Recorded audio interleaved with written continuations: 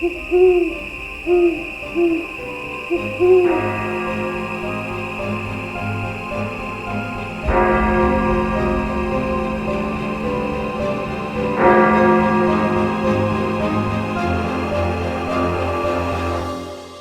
12 past 3.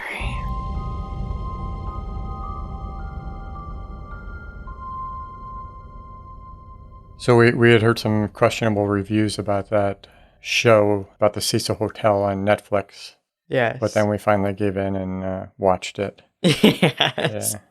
Yeah. So the first episode anyway, what did you think? I feel kind of bad saying this because it is a true story, but I feel like it was dragging on a bit for the first episode. And if all 4 episodes are about it, my voice cracking. If all 4 episodes are about it, All 4 episodes about the disappearance of Elisa Lam.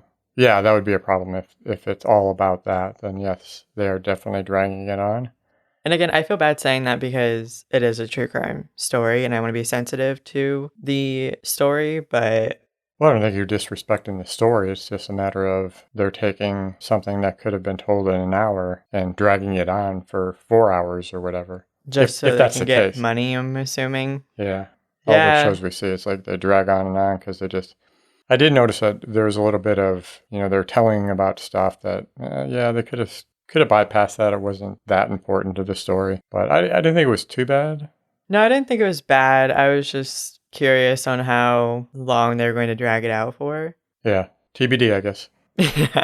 What are you talking about tonight? Tonight I have the Cleveland Torso Murders. Interesting. So I must be going down the line of from eyeballs to torsos. You're working your way down the body. Yeah. Between 1934 and 1938 in Cleveland, Ohio, 13 people were killed by a serial killer. Only 3 of the 13 were identified. And within the 13, it was 6 women and 7 men.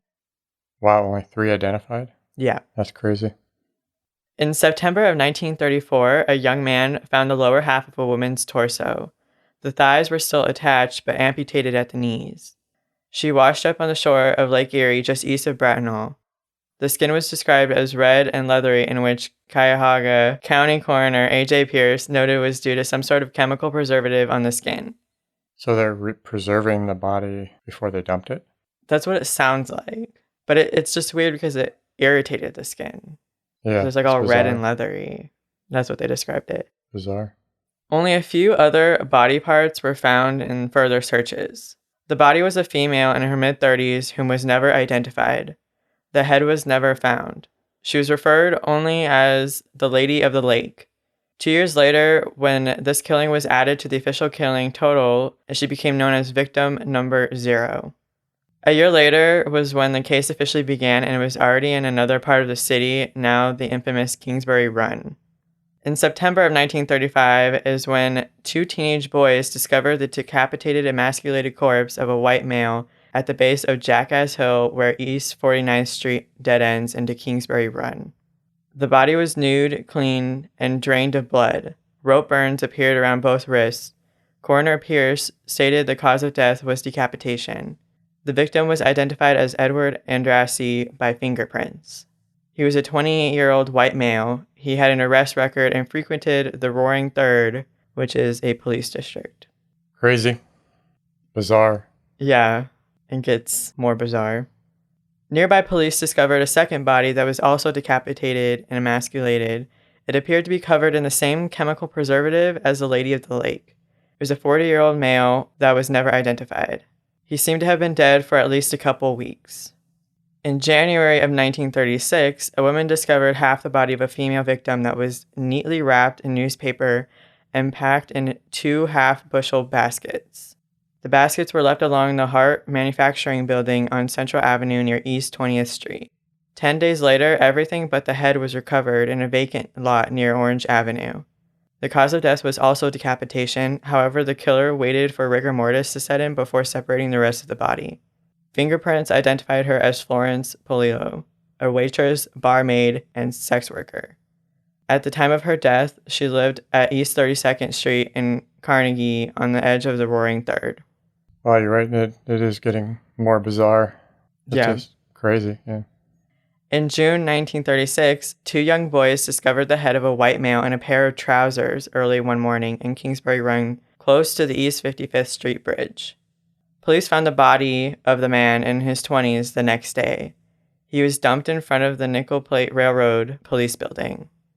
The corpse was clean and drained of blood, still intact except for the head. Pierce once again determined the cause of death to be decapitation.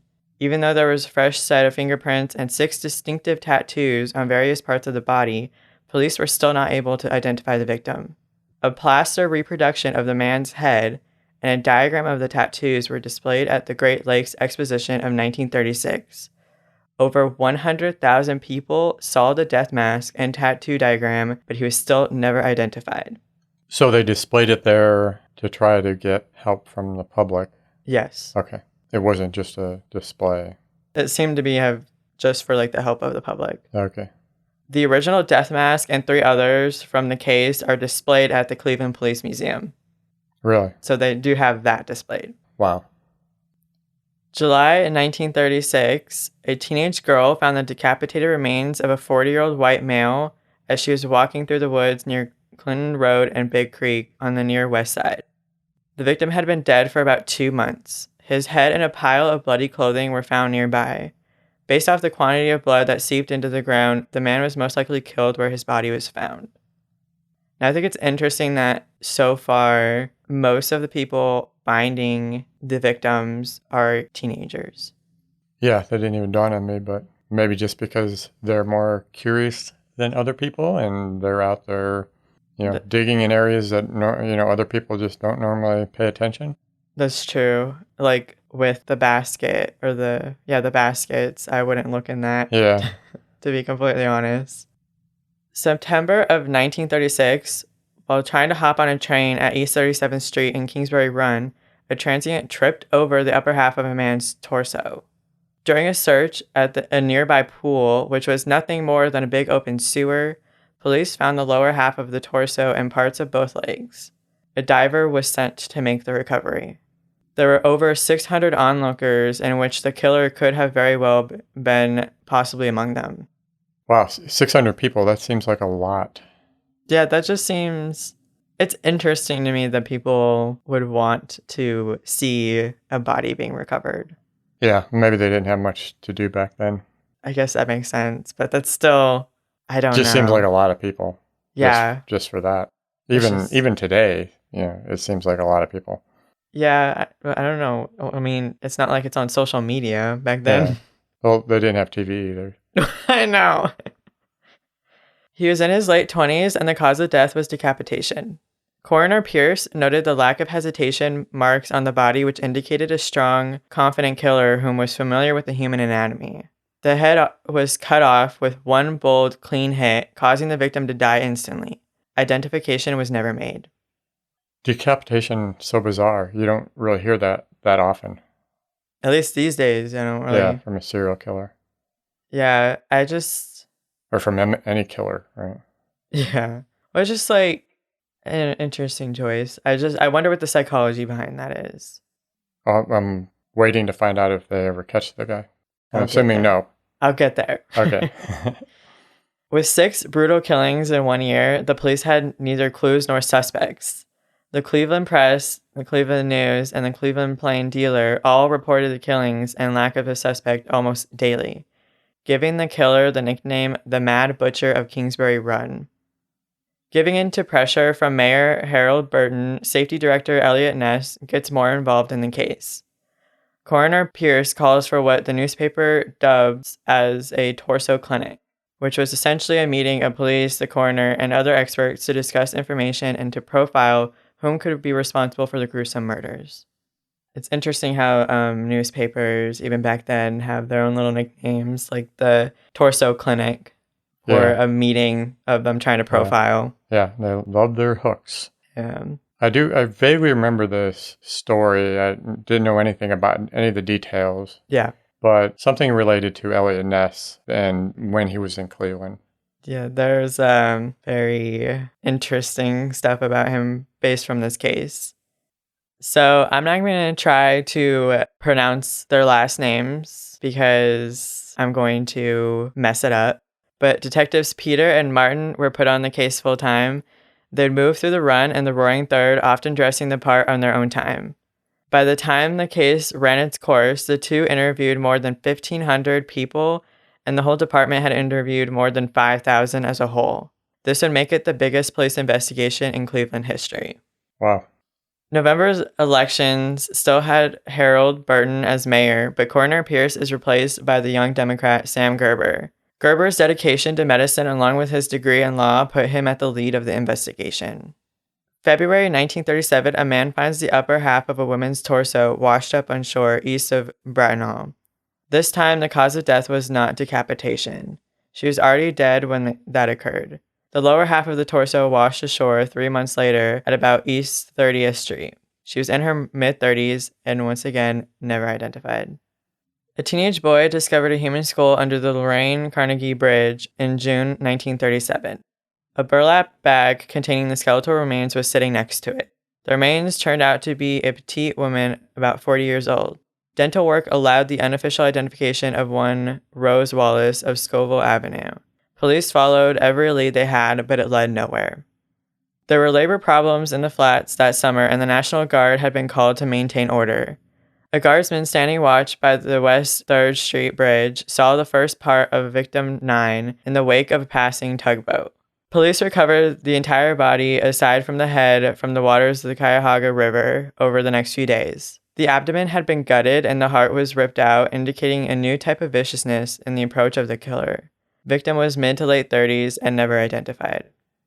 Just crazy what whoever this is doing to these bodies. It's like they're experimenting. Experimenting or a very angry person. Yeah, they do sound very angry, impulsive. Yeah. In April of 1938, a young laborer found the lower half of a woman's leg along the banks of the Cuyahoga River on his way to work. At first, he thought it was a dead fish from a distance. A month later, police retrieved 2 burlap bags out of the water containing both parts of the torso and most of the rest of both legs. For the first time, the coroner detected drugs in the system. They weren't able to determine if the drugs were to immobilize the victim or if she was an addict, because of the lack of arms. She was also never identified. August 16, 1938, 3 scrap collectors searching in a dump site at East 9th and Lakeside found a torso of a woman wrapped in a man's double-breasted blue blazer and wrapped again in an old quilt. The legs and arms were discovered in a makeshift box wrapped in a brown butcher paper and held together with rubber bands. The head was wrapped similarly. Gerber noted that some of the parts looked like they had been refrigerated. Police discovered another body only yards away. Both bodies had been placed in plain view from Elliot Ness's office window, as if the killer was taunting him. Neither were identified. I didn't hear that about Elliot Ness and the killer taunting him. Yeah. That's interesting. I don't know how in plain view, because I feel like if it were in plain view, how did he not see anything? Well, again, how people don't really pay attention to what's around them. Could be sitting out there and... It seems as if the killer is getting more bold because, more plain view sightings and not, buried in the woods. Right, yeah.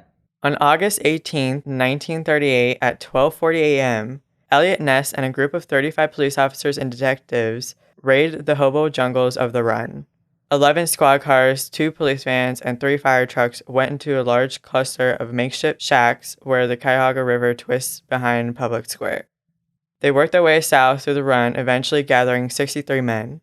Police and firemen searched the deserted shanties for clues, and on orders from the safety director, Ness, the shacks were burned to the ground. The press severely criticized Ness for his actions, and the public was afraid and frustrated.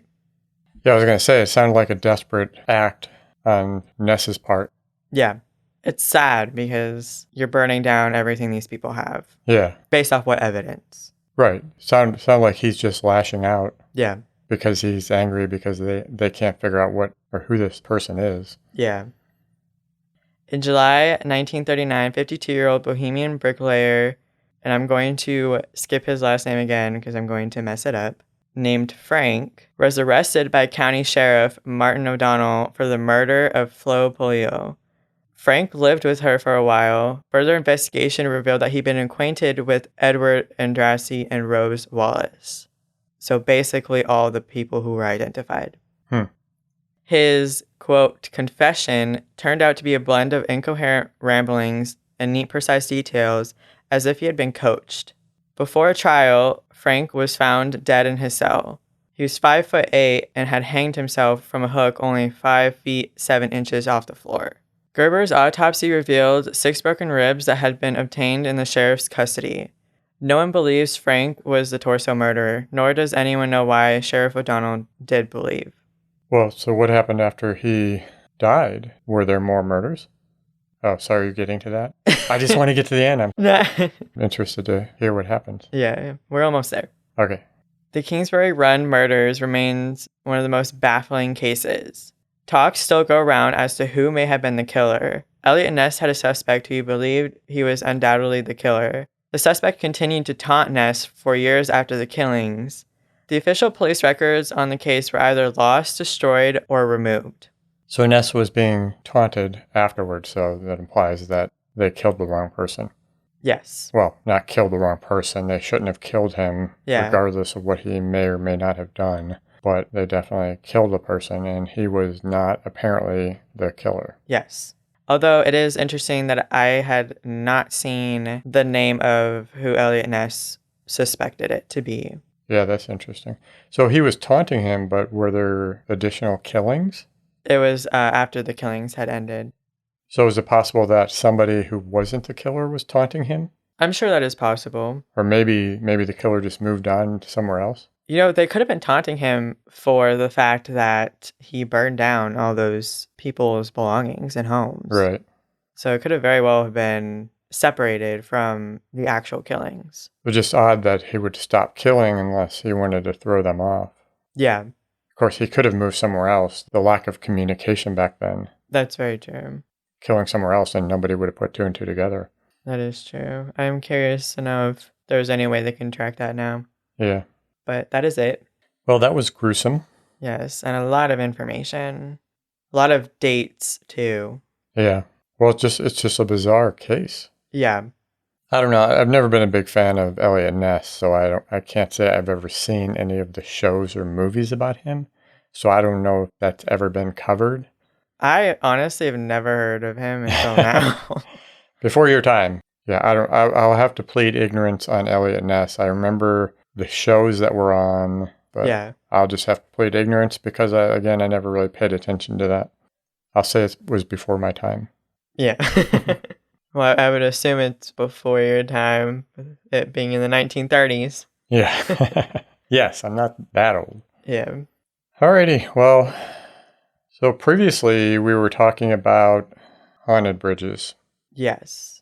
And we spent quite a bit of time down in Texas. Yeah. Down San Antonio way. Yeah. Maybe we were joking around a little bit. Not sure if we made the devil angry. I'm pretty sure. But certainly didn't mean any disrespect. Again, we're saying he's a hard-working man. Yes. The devil's a hard-working man in Texas. Yes. Plenty for the devil to do down in Texas. Anyway, so the day after we did that episode, I was doing a crossword puzzle, and one of the clues was for a 5-letter word for a San Antonio landmark, which is, of course, the Alamo. Yeah. Well, Alamo, not the Alamo, because that would be 8 letters. And that's our math lesson. Yes. So I don't know, maybe a coincidence, just, telling me to do a story, maybe a little poke from the spirits, telling me, hey, show some respect for San Antonio. Yeah. I don't know. So anyway, I decided to do a story about the Alamo. And so here we are. Now, I don't want to get into a big lesson on the insanely complex history of the Alamo, but I'll give a quick overview, as quick as I can, just in case you're not familiar with what went down there. I don't know how familiar you are. I don't know what the educational system was like when you went to school. Not good. Okay. Do you even know what the Alamo is? Okay.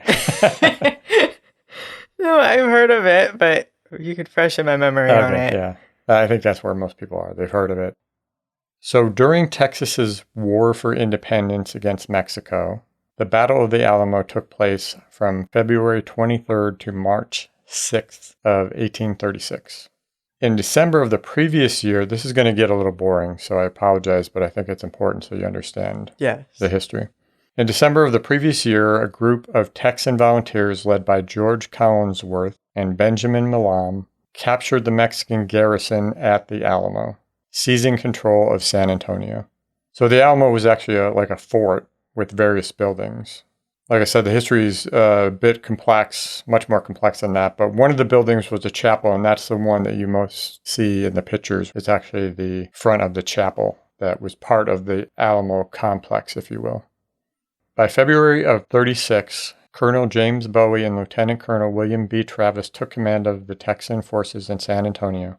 The commander-in-chief of the Texan forces, Sam Houston, argued that San Antonio should be abandoned because of the low troop numbers. But Bowie and Travis decided to dig in and defend the fort with no more than around 200 defenders at the time of the battle. Only 200? Yeah. Davy Crockett, the famous frontiersman, being one of the defenders. I've heard of Davy. You've heard of Davy Crockett, but you haven't heard of Elliot Ness. You probably heard it from your grandfather. Because it was a big show in the 50s, I think. Why do I keep thinking Davy Crockett is like a food thing? A what? Food. Food. Like brand or something. Like Davy Crockett beans? Is that a thing? No. The reported size of the Mexican force that attacked the fort on February 23rd varies widely between 1,800 and 6,000 men. Wow. They were commanded by General Antonio Lopez de Santa Anna, not to be confused with the red-suited gift giver Kris Kringle de Santa Claus. Sorry. The Texans held out for 13 days before the Mexican forces breached the outer wall of the courtyard on March 6. Santa Anna was said to have ordered his men to take no prisoners, but not everyone in the fort died. About 15 to 20 women, children, servants, and slaves were spared. But nearly 200 lives were lost. The Mexican forces also suffered heavy casualties. That number varies as well. I read between 400 and 600, and I also read between 600 and 1,600. So, oh, wow. But just figure a lot of men died on both sides. In April of that year, Sam Houston and around 800 Texans defeated Santa Anna and his forces near present-day Houston. That victory ensured the Texans' success in their battle for independence. During that battle, "Remember the Alamo" became a battle cry, a symbol of resistance and resilience of the Texans as they attacked. So, like I said, quick history, hopefully quick. Like I said, I know the history lesson, snooze fast, but I felt that at least a brief history was necessary. But the history is very complex. If you're into the history, then certainly go look it up. Stories of ghosts at the Alamo go all the way back to the weeks following the battle. Santa Anna ordered that all of the buildings of the Alamo be destroyed, and Colonel Jose Juan Sanchez and his men were sent by General Juan Jose de Andrade, I believe, to the site to carry out the orders. Approaching a chapel on the grounds with the intent of tearing it down, 6 ghostly monks wielding flaming swords materialized. Swords.